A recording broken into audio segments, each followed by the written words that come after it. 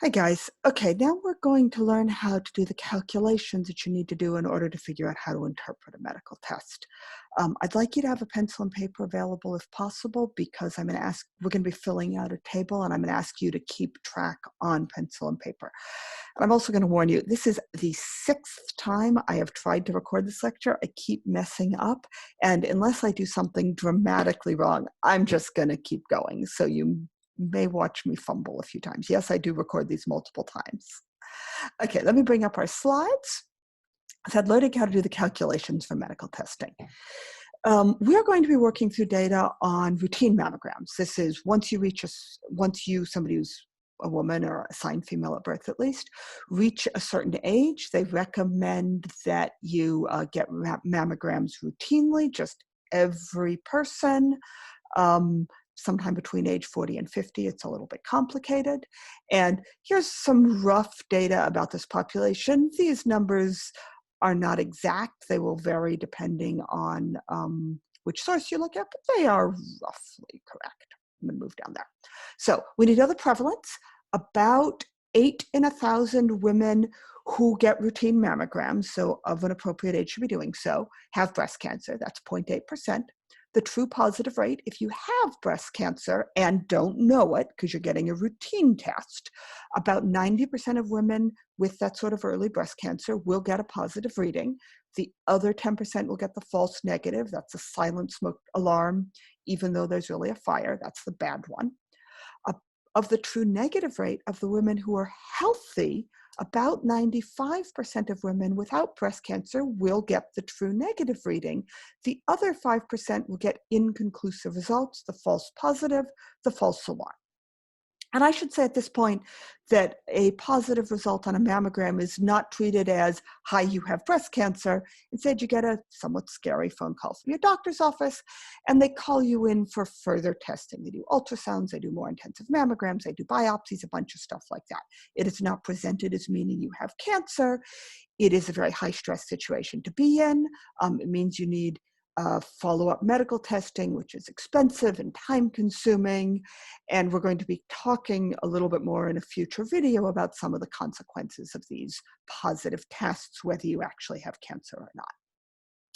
So in order to understand how accurate a mammogram result is, we're going to want to fill out this grid. But before we start filling it out, I want to be sure you understand what it means. This row represents everybody who has breast cancer. So they're all going to be on this row. This row represents everybody who doesn't have breast cancer. This column is for people who tested positive. We got that positive mammogram, that scary phone call. And this column is for people who tested negative. Given that, let's pinpoint the different boxes on this grid. These two boxes represent places where the test aligns with reality. This is our true positives, the women who have breast cancer, but at least the test caught it, the mammogram caught it. This is a true negatives, women who don't have breast cancer, and they got the routine letter from their doctor's office saying everything looked fine. These two boxes, however, represent cases where the test does not agree with reality. This is the false negative box. That's the silent alarm, even though there's a fire. You have breast cancer, but the test didn't pick it up. You think everything's fine and it's not. This is a false positive box. You get the scary phone call from your doctor's office, but in the long run, it will turn out that there's nothing wrong. So that's the high stress for a short amount of time, but you're actually healthy. Then what do these rows and columns represent? This row, I said this actually already, is everybody with cancer. So they're all going to go in that box there. This box is going to count everybody without cancer. This box is going to count the people who got the scary phone call from their doctor, the positive test. This box is going to count the people who got the all fine from their doctor, the negative test. And finally, this box in the corner is going to count our entire testing population, everybody who gets a mammogram. So those are the different groups we're going to be thinking about. Before we do this, I'd just like you to think a little bit about our statistics here and say, looking at what we know about the positive rate and the negative rate, if you get that scary phone call from your doctor, if you're in a population that should be tested, what does that mean? How likely is it that you have breast cancer? You don't have to do any calculations here. I just want you to think about What do you think that would mean? And give me your thoughts on the form. Okay, welcome back. This is exactly what we're going to want to calculate over the next several slides. So we're going to want to fill in all the various boxes on this form, and we're going to start in this box down here. We're going to start with a population, let's say, of 100,000 women.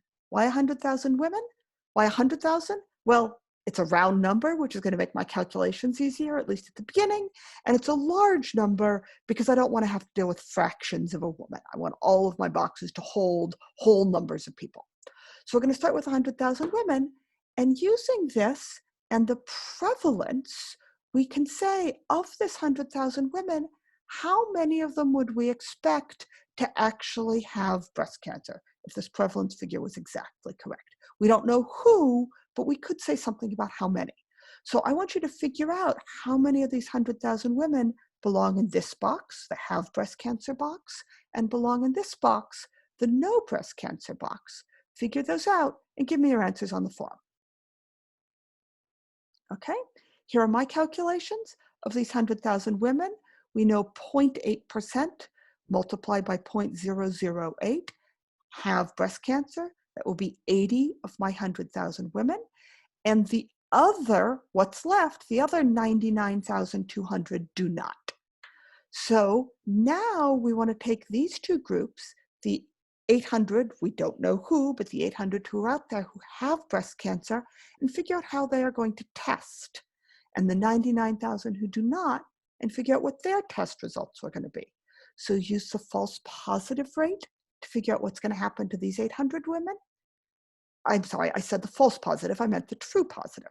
Use a true positive rate to figure out what's going to happen to these 800 women, and the true negative rate to figure out what's going to happen to these over 99,000 women. Figure out what numbers go in these boxes and in these boxes, and give me your answer on the form. Okay, here are my calculations. Of these 800 women who have breast cancer, 90% of them will get a positive reading. 90% of 800 is 720. So 720 women with breast cancer will get a positive mammogram. Of the 99,200 who do not have breast cancer, 95% will get the correct negative. That's 94,240. So I can fill in these two boxes where the test aligns with the truth. And now I want to go back and fill in these two boxes where the test gets it backwards. 80 out of my 800 women will have breast cancer but get it missed. That's the 80, that's the 800 minus the 720. So 80 women have breast cancer but test negative, and 4,960 do not have breast cancer but get this mistaken positive test. I should say I did these calculations given the true positive and the true negative rate. Sometimes we'll do the same sorts of calculations, but starting out with the false negative and the false positive rate. So calculating these two boxes and then filling in the numbers who get the correct results. So this is what we will see out of my 100,000 women. Notice, by the way, there's a lot more false positives than there are true positives. We're going to talk about that some more. But now I just want you to fill in these two boxes down here. These are what we actually know. Of my 100,000 women, how many are going to get the scary phone call from their doctor's office? How many are going to test positive? And how many are going to test negative? So that's what we actually find out from the mammogram. So you're going to figure out what goes in this box and what goes in this box. I want you to think about what those numbers should be. And again, answer for me on the form. Okay, here are my calculations. These are very simple. I'm going to add up the number of people who tested positive who had cancer and the number who tested positive who didn't have cancer to get 5,680 women who got a positive mammogram, got the call to come in for further testing. Then I'm going to add up these two numbers, the number of women who tested negative but actually had cancer, and those who tested negative and did not have cancer, to get 94,320 women who get the all clear letter from their doctor's office. Okay? So this is what we see. This is what you should have on your paper. Now I want to ask, what would it mean if you get a positive test? So what happens if you're in this column? If you're one of this 5,680 women, and as we saw, most, I would say almost all of these women are actually fine. The vast majority of them do not have breast cancer. Only 720 of these 5,000 do. So here's our question. If you get a positive reading, what is the probability that you actually have cancer? Remember, you don't know what row you're in. You don't know whether you're the positive or the negative, whether you, excuse me, you don't know whether you actually have cancer or you don't. You only know the outcome. So I want you to try to calculate the probability that you actually have cancer if you're one of these 5,680 over on the form.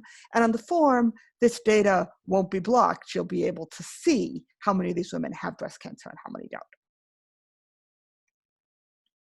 Okay? Welcome back. Here's the calculations that I did. Of these 5,680, only 720, that's, oops, I'm gonna get myself out of the way, that's 12.3% actually have cancer.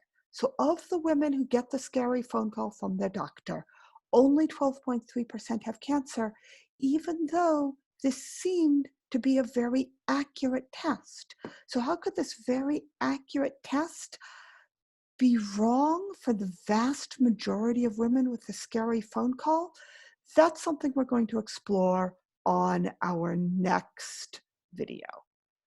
Uh, thank you, and I'll see you soon.